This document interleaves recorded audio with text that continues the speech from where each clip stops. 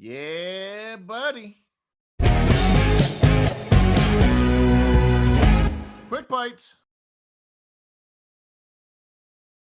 On Breaking Bad, in the Winnebago scene, where I just said my favorite scene was in with John with Brian inside. Okay, I had two scenes that day, and that was my first day of acting on Breaking Bad, which I was a fan of. So there's more pressure because you want to be good because it's Brian and it's Breaking Bad, and all the fans that are watching that are not yours, are they going to go, get him away from there? They're really very covetous of their movies, of their fandom thing. So I get there, and so I do that scene, and that's really cool. Now I have one more scene, and that's when I keep the cop out of the Winnebago, right? You can't go in there because it's on my property, and you have to have a search warrant. That's the gist of what I said. And that was the gist of my 5 lines. I had 5 lines, and that's basically what I said. You can't go in there. So so now generally what they do is each time there's a new scene, they give you a little book about that big. You can put it in your pocket, and it's for the actors on the set, so they can just take out their thing and they can carry it with them. They don't have to a big pages thing. So it's a little thing, and they lay that on your dressing room table in front of the mirror. It's done in all things, movies, TVs, big, little. That's the standard. The AD comes in, puts it there. You come in, okay, this is my next scene. Boom, I got it. So I go in and I look at it, and it's not 5 lines. It's an entire speech. It's a monologue that fills the page from the top of the page to the bottom. A monologue. Now, I told you I have ADHD and dyslexia. That affects my memory as for memorization for lines. So in my contract, I have that I have to get the script as early as possible. I'm one of the few people who get it immediately as soon as it's, and if there's any changes, they got to be sent to me. Now, if it's 5 lines, that no big deal. But I'm talking about a large part. Okay, I come in and there's this thing, and I go, "What is this?" I memorized 5 lines, and now there's, and the AD had walked me to my dressing room. It was in a Winnebago. So he's in there. He says, "You need anything else? Your costume is here." Blah blah blah. I said, "Well, I just come back from lunch." I go, "What's this?" He goes, "Oh, Vince liked your acting so much in the audition that he had the writer write you a long speech for this one, for the cop thing." And I just went freaked, man. "No, what are you doing? No, man, no, don't you understand? No, I have dyslexia, man. No, you can't do, how long do I have?" 2 hours, you're up. No, and he is backing off. And he go, "Hey, man, I got to get back to the set." No, he didn't want to be there. He just split. Oh, well, no, wait. Where's Vince? I got to talk to Vince. Vince isn't here. And he's gone. And I'm just stuck with this page. Just like you said, that trauma of, and I was like freaked. I was frozen. I tried, I'm thinking 2 hours. I got to memorize. I can't do that. It's not happening, man. So, okay, so now the pressure is on, and the AD comes back and he says, "Okay, Larry, you're up." And I go, "Oh, man, okay." Now, here's the second thing. Okay, I got ADHD, I got dyslexia, I can't remember this. This is too long, and also, I'm not going to cop to any of this. I'm going to go out there like nothing's happening because I know, and this is my go-to. Always, when I get too stressed out, this is my go-to. I'm going to be fired. No biggie. No biggie. So let's just go through the dance. I'm cool.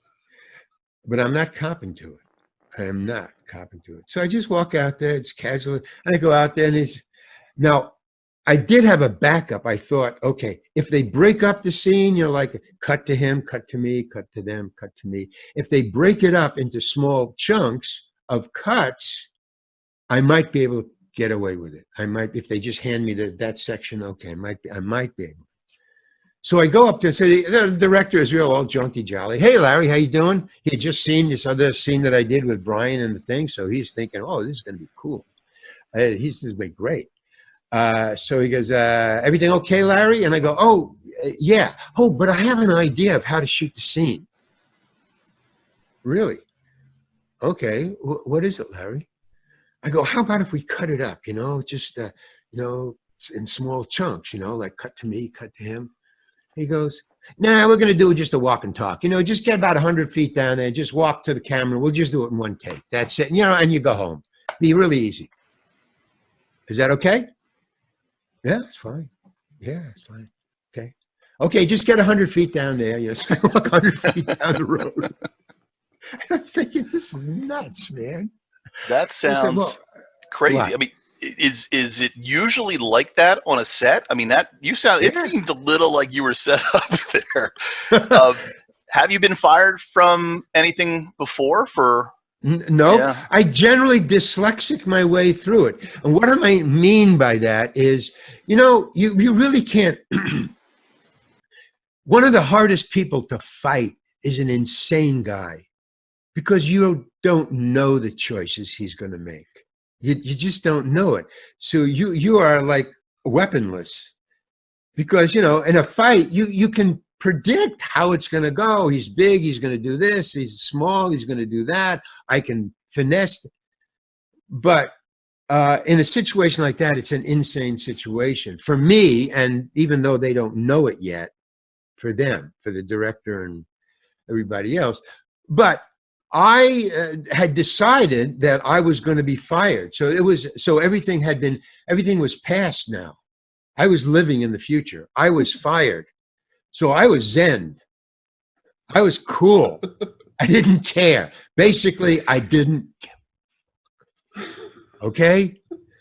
That's my go-to. I'm a stand-up comedian. I don't need this.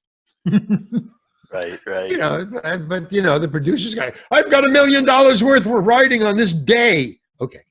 So he said, okay, ready, Larry? I go, yeah, fine. He says, okay, now I figure, well, I'll give it a shot. I mean, I had 2 hours with the thing. I'm going to try it. I'll try to improvise legalese. Right. So he goes, okay, and action, Larry. So I had the first 2 lines memorized. So I go, blah, blah, blah, blah, blah, blah, blah. And now I'm in La La Land. I am improvising legalese, trying to keep the cop out of there. Yeah. Laugh. Go ahead, laugh. And so I'm walking and talking. I'm thinking, wow, at least, I haven't stuttered. I haven't gone, I'm just keep my mouth moving, keep my tongue out of the way of my teeth, keep going. And I get there and they say, okay, boom, and done. And I thought, okay, now. And he goes, okay, let's do it again. Okay, just one more take. Okay, Larry, just get back there. Okay, and the camera ready. Did I just memorize that whole thing? That was amazing. Okay, we're doing another take. Now I don't have to worry. Now I can do an because he's got it in the can. He's got it in the can. So I go back there. Now I'm really jaunty jolly. I wasn't fired. I'm cool. So I go back there, and now I see I'm 100 feet away. You okay, Larry? Yeah, I'm fine. Okay, and all of a sudden I see the script girl, who is actually a lady. I don't know where they got the girl from, but it's a lady. It's a woman. It's a grown adult woman, and she's walking towards me with the book and a pencil. Now I've been through this. The script girl is there to keep you on book, online. Okay, so that, and she'll come up to you and say, you missed this word, it's an important word, or you left out this sentence, that's an important sentence, so just do it again. So I understand that she's coming in. So I'm more jaunty dally, and I say, as she's coming up to me, I say, okay, what line did I miss? And she didn't say anything. She just shows me the page. Everything is circled. Every other word is circled. I've never seen a page full of so many circles in my life. And I've been, 20 years acting, 30 years acting. Never.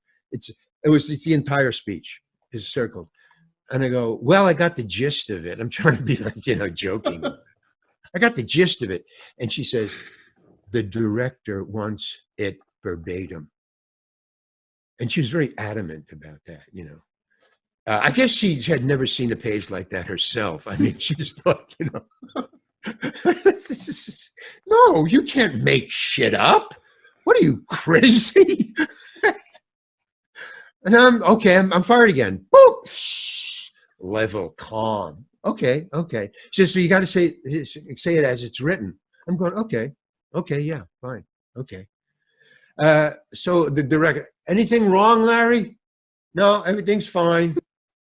And he takes the book and he starts walking towards me, and I go, okay, now this is not going to turn out well. If everybody's coming down towards me, no, I'm supposed to be going towards them. It's the wrong flow.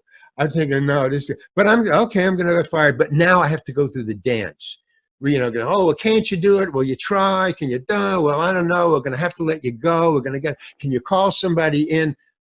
That's all going in my head. And I'm going, so he says, she says, as he's walking towards me, she said, look, I want to talk to the writer. You know, I started to get defensive as he's walking towards me. I said, I want to talk to the writer. She said, the director wrote it. Oh, okay, fine. All right, fine. So he comes up and he says, is there something wrong? And I go to him, I go, no. And he says, well, and then the cinematographer now, yeah, don't you want to stand near the camera, Al? The director's always standing. He goes, no, I'm going to walk with my actor. I go, oh, no, man, this is like baby time. This is kindergarten now. Oh, this is not being fired. This is demeaning. No, you're going to stand there with the book and walk with me? I didn't say it like that, but I said, you're going to walk with me. He goes, yeah. And he's got the book and he's got there. I said, okay, fine. Is there anything wrong? He kept on saying that. I said, no. And I kept on saying, no, everything's fine. She says, okay, fine. So she goes back. He says, okay. And he yells, and action, you know, camera, action, Larry. So I'm starting to walk. And I did the same thing, you know, just making up. And I see out of the corner of my eye, he's only about this far away, just right out of camera range, because it's like a cowboy. It's just this wide, and he's right there. And I see him, and he's got his head buried in the book, and he's walking next to me. And I'm going, so I'm like schizophrenic. I'm saying, this is stupid. This is ridiculous. And I'm also improvising things. Okay. I get back down there, and he goes, okay, and cut. And I'm going, and you're fired, in my head. And he goes, and cut. Okay, Larry's finished for the day. Let's everybody dismiss him. Thank you, Larry. Okay, and he shoves me away. Moving on. What the fuck happened? And then there's a limo right there because we're in the middle of the desert, and that car is going to take me back to the production office, which is an hour away. So there's a time thing. So I can't even ask anybody, what did I just do? What happened? How? I don't. But no, I'm in the limo and they're going, and I'm back there. So now I had to wait 2 weeks to watch what happened, and this is what happened. And I asked my friends to watch because I wanted to compare to see what happened. Was that guy, that director, Al, as soon as I finished my first 2 lines and made 3 more steps, he knew. This guy doesn't know what the fuck he's saying. He knew that the entire time. And he let me go through the whole thing, improvising this la-la stuff, and then dismissed me because he knew because there was Aaron and Brian in the Winnebago, and there was the cop. And he knew he was going to take all the improvisation I did of this law stuff, this law gobbledygook, and he was going to edit it together as a voiceover. And he just picked all the things that I said, applying legally to keeping that cop out of there. And the scene was originally 5 lines long, and he wrote an entire page. So it was up to him and the editor to make, because the script was sold as between 5 lines and a page. Right? And so he was cutting into, when you watch it, you'll see, he's cutting into Aaron and him while there's a voiceover of me talking. And then every once in a while, when I got a cool line that I either had weirdly memorized or said that was totally apropos. They cut to me walking. You know how long it takes to say 1 or 2 lines? 3 seconds, maybe 4. Okay. In the entire scene, with my voiceover cutting to the cop, to Aaron, to him, to the cop, to me, to 3 seconds of me, that I was on screen for 4 times 4, 16 seconds of just me. Now, I asked my friends, I said, what did you see? He said, oh, you were walking and talking and keeping the cop out of the Winnebago. Yeah, but what did you see? What was the scene about? It was about you keeping the cop out of the. Yeah, but what did you see? I saw you walking down the thing and they're keeping the cop out. No, you didn't see that. I wasn't walking. I was on screen for 3 seconds, maybe 4. But 4 is a lie. That's like making it bigger than it is. Maybe 3 seconds. So between 12 and 16 seconds, I guess. Movie magic. That's what editing is. And he didn't blink. He knew the entire time. He didn't say anything. Hey, Larry, thanks a lot. Boom. Yeah, but that's exactly what happened. It was all in my head, all in his head. Everybody knew everything that was going on, but nobody told anybody else.